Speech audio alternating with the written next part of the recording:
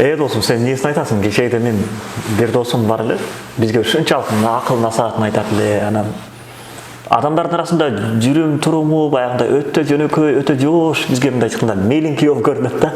Бирок кечегиде мен ал баланы не дебейсиң, бир паркта бир кыздар менен жүргөнүн көрүп калып атпаймынбы? Анан ойлоп калдым, бул баланын мындай сөздөрү менен бизге жөн эле мындай мактанат окшойт. Анан бир эч кандай, ама тем более намаз окуйт. Намаз окуп ушундай кыздар менен жүрөт, жаман күмөн санап калдым. Жок, Азирет. Пайгамбарыбыз саллаллаху алейхи вассалам мына ушундай жаман күмөн санаудан тыйган да чындыгында.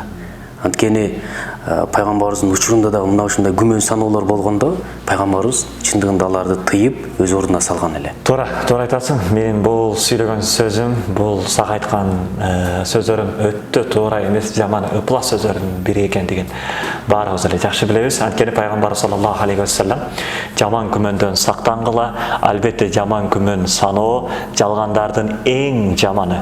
Өзүңөрдү башкалардан жогору сезбегиле, бири-бириңерди аңдабагыла, бири-бириңерге артыңарды салбагыла, бири-бириңерге көрө албастык кылбагыла, бири-бириңерди жаман көрбөгүлө. Силер бир туугансыңар, бир тууган болуп жашагыла деп пайгамбар саллаллаху алейхи вассалам бизге өзүнүн осуятын айтып кеткен. Ооба, туура айтасың. Пайгамбарыбыз саллаллаху алейхи вассаламдын учурунда дагы мына ушундай окуялар кездешкен. Күндөрдүн бир күнүндө пайгамбарыбыз саллаллаху алейхи вассалам мечитте этикафта олтурат эле. Анан Сафия радиаллаху анха энебиз кабар алганы келет. Кийин пайгамбарыбыз аны узатканы чыкканда алдынан бир эки сахаба өтүп кетет. Ана шашып өтүп кетет да, жана пайгамбарыбызды таанымаксанга салып. Анан пайгамбарыбыз айтты: "Эй, келгиле" деди. "Бул менин аялым Сафия" деди. Анан тигилер чочуп кетти. "Жок, биз элден күмөн кылсак дагы сизден күмөн кылбайбыз" дешти. Анан пайгамбарыбыздын мындай ошол жерде хикматтуулугун кара. "Жок, силер күмөн санабашыңар мүмкүн. Бирок силерге шайтан жаман ой салат" деди.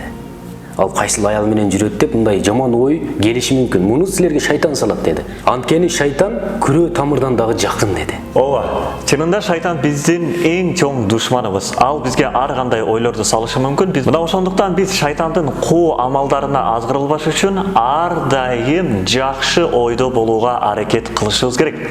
Ооба, мусулмандын бул бирден бир кулк мүнөзү дал мына ушунда.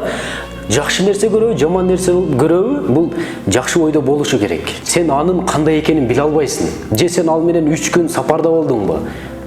Жок. Демек биз жаман нерсе көрдүкпү, аны дароо жакшы жакка жоруп коюңуз.